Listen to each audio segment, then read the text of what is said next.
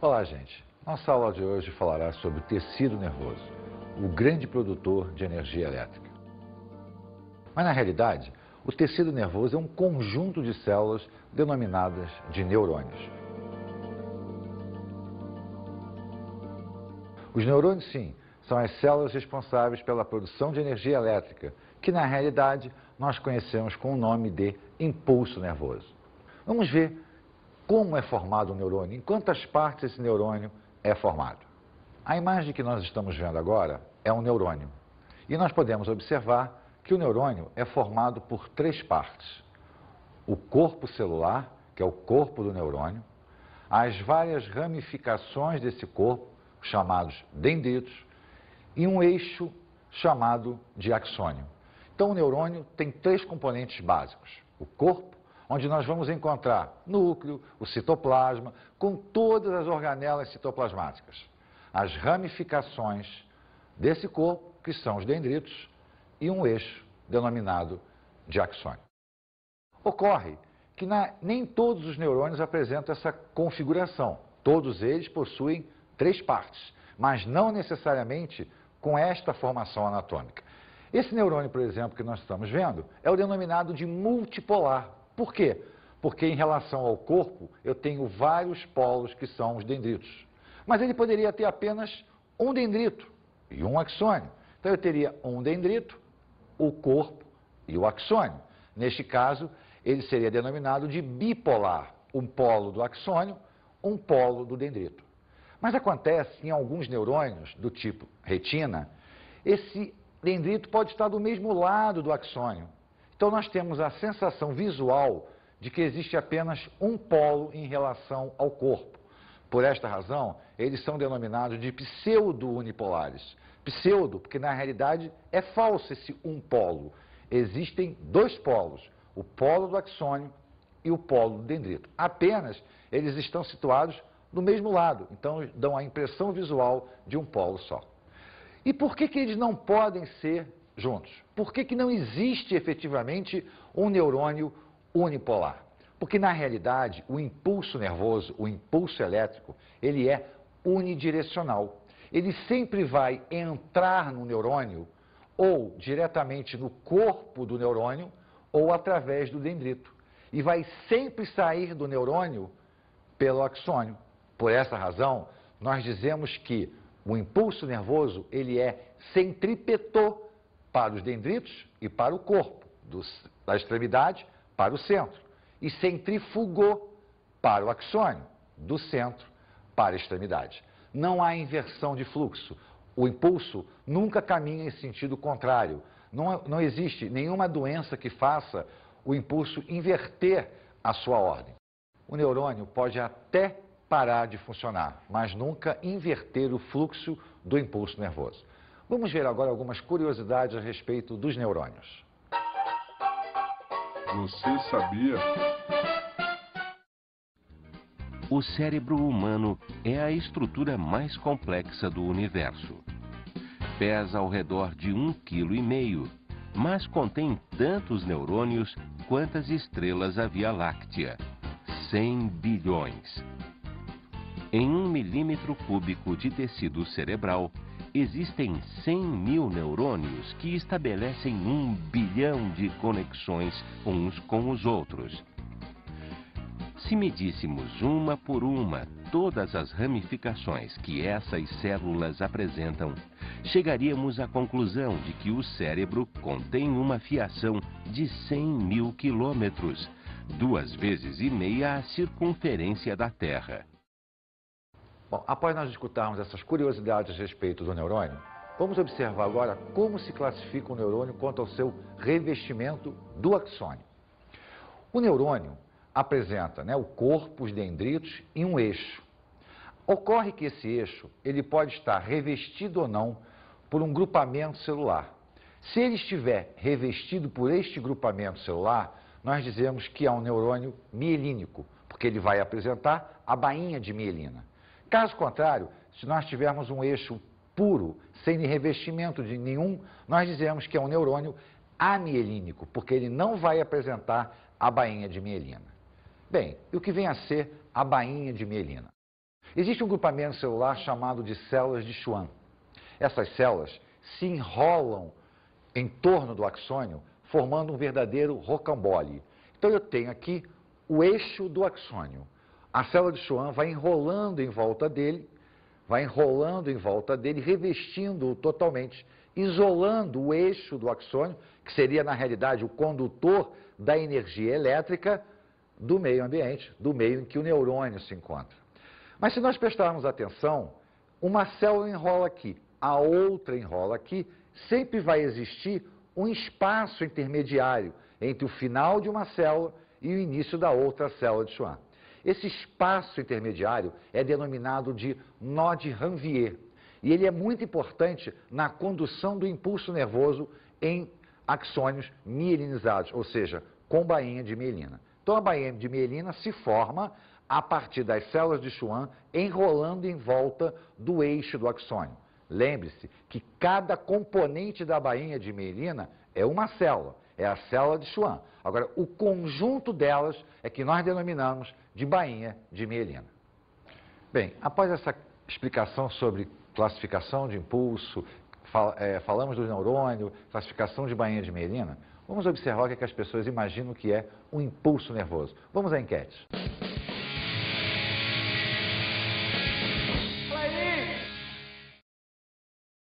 Bom dia, pessoas. Você poderia me falar o que é um impulso nervoso?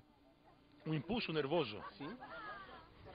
Um ímpeto interno, psicológico de cada um quando está mal-humorado ou acontece alguma coisa errada.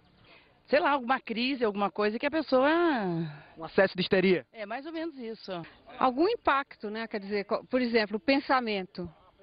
Qualquer neurônio, ele é impulsionado, isso é um impulso nervoso, no meu entender. Impulso nervoso? Eu querer correr e não poder. A senhora concorda com ela? Concordo. É aquele momento, aquela instantaneidade por causa de qualquer coisa que possa estar ocorrendo no instante, né? Naquele momento. Emocional ou físico? Ele é emocional e se transforma em um momento físico no mesmo ato. Quer dizer, se eu sofro uma coisa qualquer que me desagrade profundamente, eu posso ter um impulso nervoso para repelir ou até para aceitar aquilo que está ocorrendo. É uma reação do nervo que faz você agir. Bom, impulso nervoso acho que ele vem do estresse. Sistema nervoso central, né, estresse. É por isso que a gente está aí no parque, né, para que não haja esses impulsos nervosos aí nas pessoas. Observaram a ambiguidade da palavra impulso nervoso? Muitas pessoas acham que quando a gente fala em impulso nervoso, nós estamos nos expressando a respeito de um problema, uma raiva qualquer, uma reação a um determinado acontecimento. Quando, na realidade, nós estamos falando de carga elétrica, da transmissão do impulso nervoso através do axônio.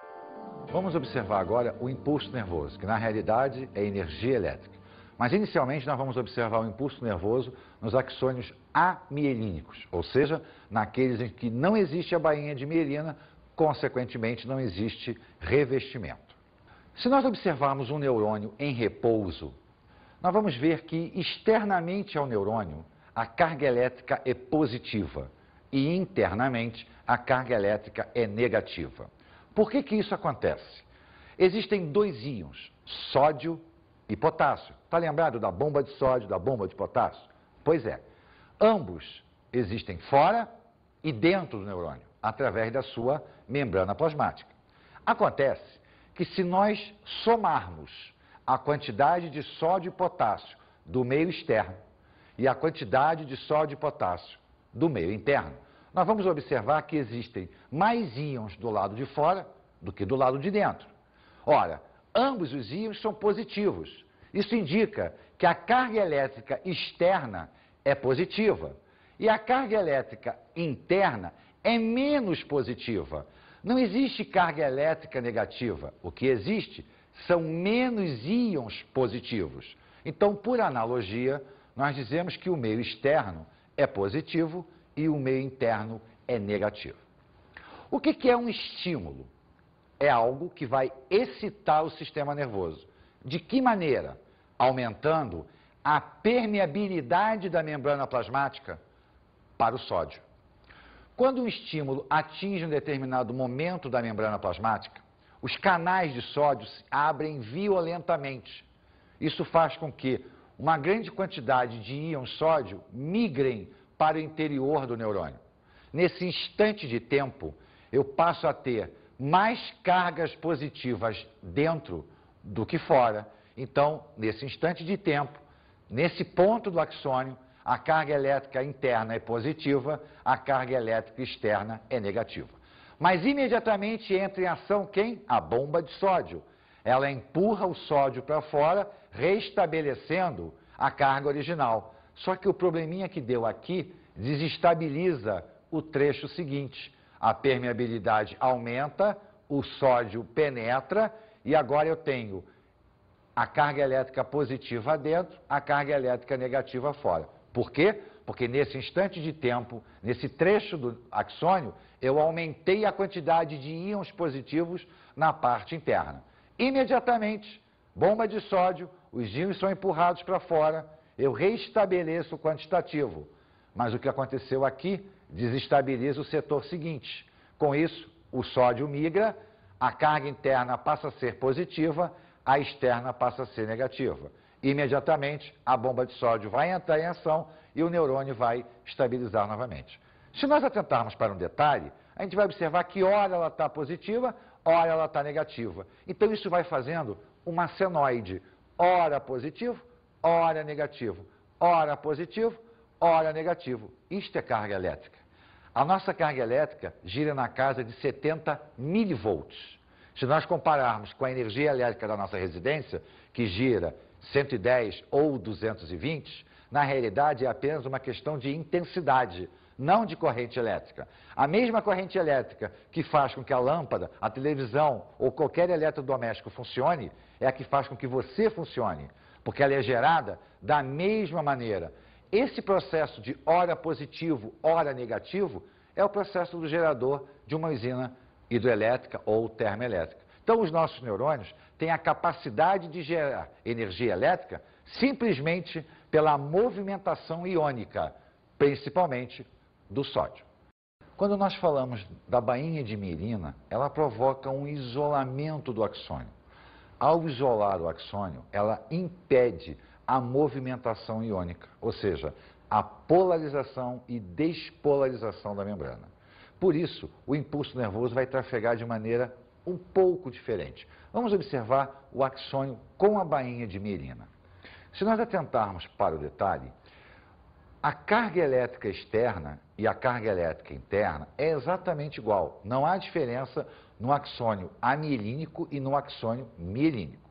A diferença vai estar na polarização e despolarização a partir da entrada do estímulo, ou seja, na migração do sódio após a desestabilização da membrana plasmática. Lembra que quando o impulso entrava, ampliava-se os canais de movimentação do sódio. Ele migrava violentamente para o interior da célula, invertendo a polaridade, né? Ou melhor dizendo, despolarizando a membrana.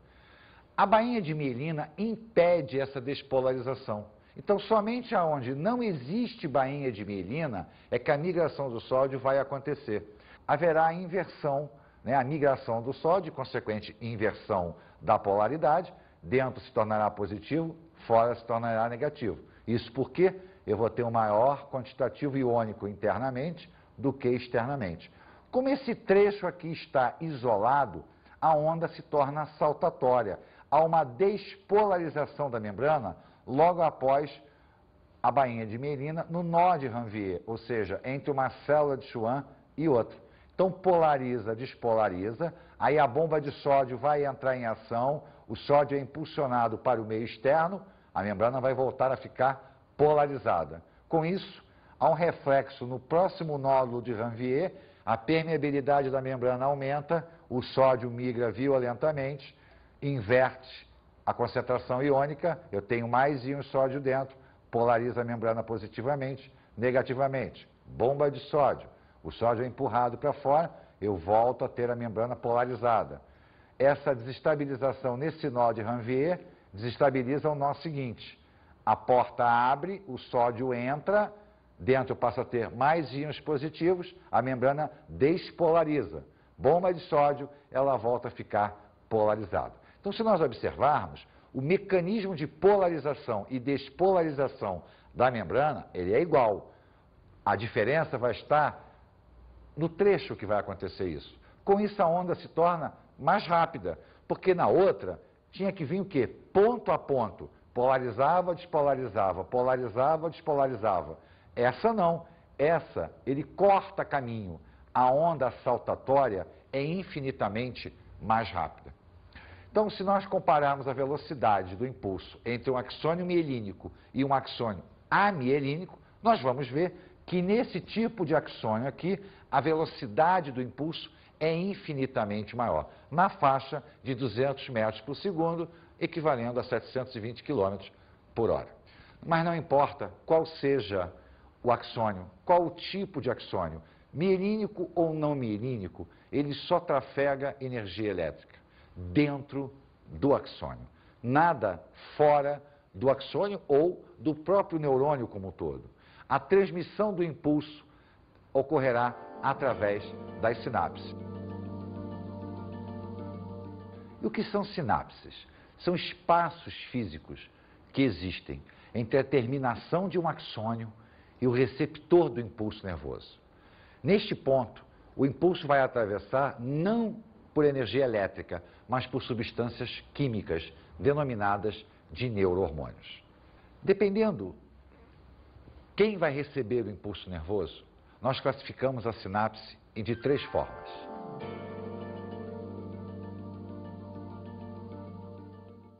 Se o contato é entre 2 neurônios, nós dizemos que a sinapse é neuroneurônica. Se esse contato é entre um neurônio e um músculo, nós dizemos que é uma sinapse neuromuscular. Também chamada de placa motora, porque é a partir dela que vai haver a resposta muscular daquele músculo. Se esse espaço é entre um axônio e uma glândula, nós dizemos que a sinapse é neuroglandular. Então, observe, temos 3 tipos de sinapse: neuroneurônica, neuromuscular ou neuroglandular. Mas independente do tipo, todas elas funcionam da mesma maneira. Nós vamos ter o impulso elétrico trafegando por dentro do axônio, chegando ao final do axônio e se atravessando através dos chamados neurohormônios. Vamos observar agora como funciona uma sinapse. Qual é o mecanismo da sinapse para que haja essa interação entre o impulso elétrico e o impulso químico? Se nós observarmos aqui o nosso esquema, nós vamos ver que este detalhe maior aqui representa a terminação de um axônio. Então, o impulso elétrico vinha por aqui. Quando ele chega ao final do axônio, ele vai estimular o retículo endoplasmático granular a produzir determinadas proteínas. Essas proteínas são encapsuladas pelo complexo de Golgi. E essas vesículazinhas contendo essas proteínas ligam-se à membrana existente na terminação do axônio. Membrana essa que nós chamamos de pré-sináptica. Ao se ligarem à membrana, elas abrem para o meio exterior e liberam para a sinapse o neurohormônio. Essas substâncias químicas, então, vão atravessar o espaço e vão tocar a membrana denominada de pós-sináptica, que pode ser um outro neurônio, pode ser um músculo, pode ser uma glândula, não importa. Ao tocarem, elas geram novamente o impulso nervoso se for um neurônio, ou comandam a contração muscular, ou comandam a contração de uma glândula para a liberação do seu produto. Então, o impulso elétrico vem, força a liberação do neurohormônio, ele atravessa a sinapse, toca do outro lado na membrana pós-sináptica e vai gerar, então, uma resposta. Mas quem são esses neurohormônios? Existem vários, muitos famosos. Quem já não escutou falar na dopamina, na serotonina, que quando entram em distúrbio, são produzidas em excesso, provocam uma doença chamada de depressão. Até alguns anos atrás, acreditava-se que a depressão fosse apenas um estado psíquico. Hoje nós sabemos que a depressão é um desequilíbrio químico provocado por esses neurohormônios na região da sinapse. Claro, a parte psíquica é importante, porque o desequilíbrio químico foi provocado por alguma alteração nervosa, alguma alteração emocional. Mas a essência do distúrbio orgânico, quer dizer, a essência da depressão, é uma alteração na dopamina e na serotonina. Existe também a endorfina, o neurotransmissor que provoca aquela sensação de alívio do nosso corpo.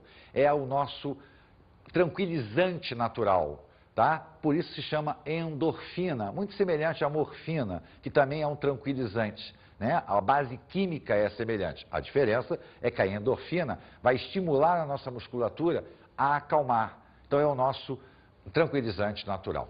E existem dois neurohormônios muito ligados ao sistema de controle automático do nosso corpo. Um se chama adrenalina ou noradrenalina e o outro a acetilcolina. A noradrenalina, por exemplo, é um neurohormônio que faz com que o nosso coração aumente o ritmo cardíaco, faz com que a gente respire mais rápido, aumentando o ritmo respiratório. Já a acetilcolina é aquela que faz com que o nosso sistema digestório aumente o seu trabalho quando você acaba de comer. Então, dependendo da área de ação dentro do nosso corpo, nós teremos uma sinapse com um neurohormônio específico. Lembre-se, o neurohormônio varia de sinapse para sinapse, mas o mecanismo de funcionamento sináptico, ele é igual em qualquer parte do nosso corpo. Nós sempre teremos o impulso elétrico chegando, sendo liberado através de substâncias químicas para dar continuidade àquela informação elétrica.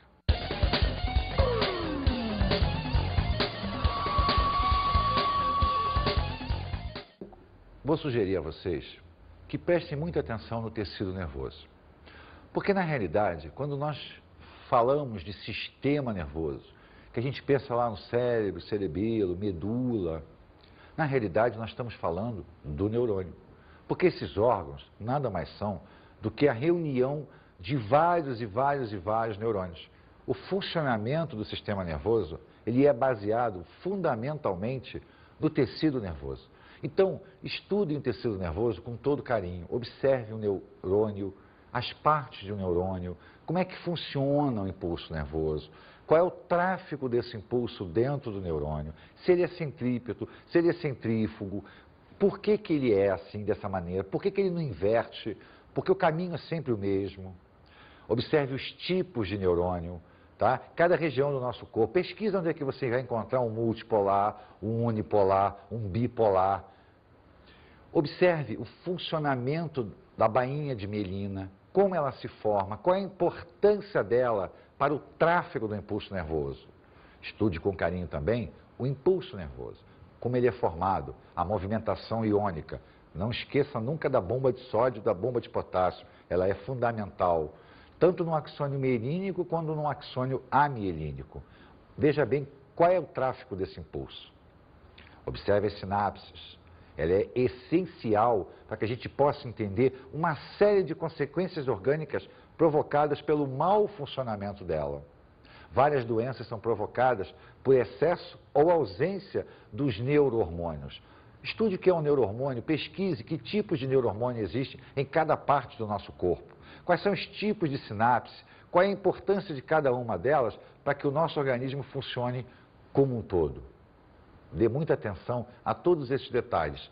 Ficará muito mais fácil você entender depois como funciona o sistema nervoso. Um abraço.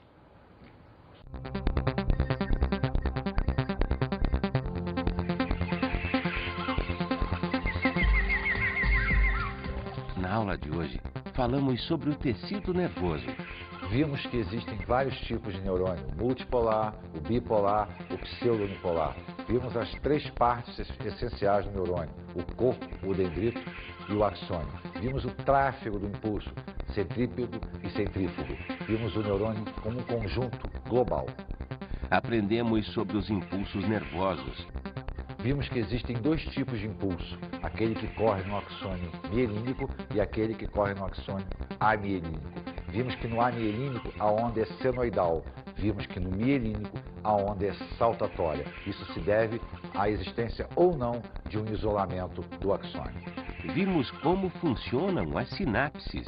Vimos a importância da sinapse, que é o espaço existente entre um axônio e a resposta ao impulso nervoso, seja glandular, seja muscular, seja neuronial. Falamos sobre os neurohormônios. Vimos que a transmissão do impulso sináptico se dá por neurohormônios. Os neurohormônios de base proteica. Vimos os vários tipos de neurohormônios, dopamina, serotonina, endorfina. Vimos em que cada parte do nosso corpo existe um neurohormônio diferente, com a sua importância também diferente. Bons estudos!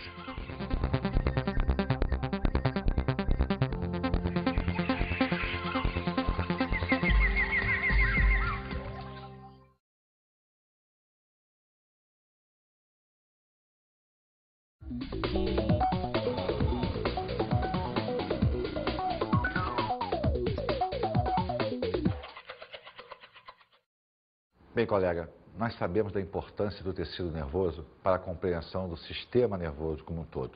Então, dê ênfase à estrutura neuronial, às partes, à condução do impulso, à diferença de um impulso mielínico e amielínico. Ressalte a importância dos neurohormônios, da transmissão sináptica. O aluno só consegue visualizar o conjunto da formação de todo o nosso sistema nervoso quando ele consegue entender muito bem o tecido nervoso. Até porque nós sabemos, é a base de funcionamento de toda a estrutura nervosa do nosso corpo.